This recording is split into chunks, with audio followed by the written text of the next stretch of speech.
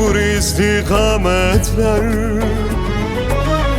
ayrılık gösterse de karşıma çıkan engeller beni senden etse de yüreğimde yetiştirdim.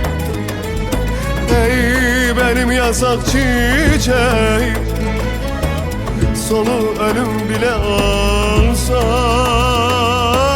yine sana döneceğim.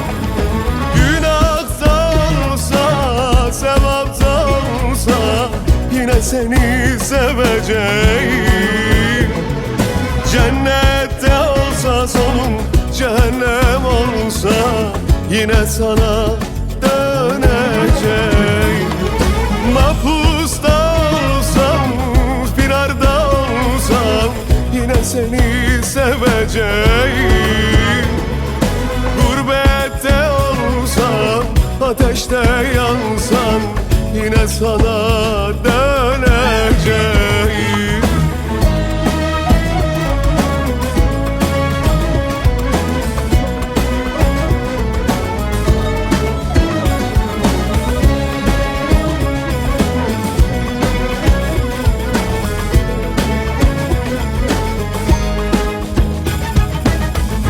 Aşkına yanıp bittim, canımdan çok sevdim.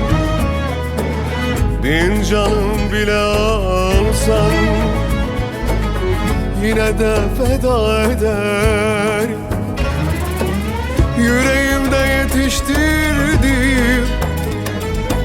Ey benim yasak çiçeğim, sonu ölüm bile olsa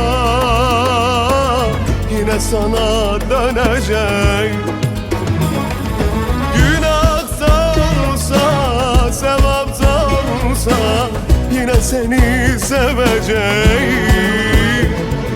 Cennette olsa sonum, cehennem olsa yine sana döneceğim. Mahpusta olsam, firarda olsam yine seni seveceğim.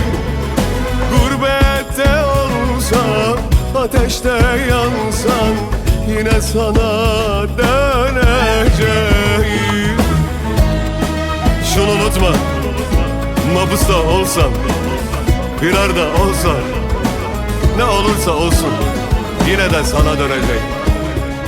Yine de sana döneceğim, sana döneceğim.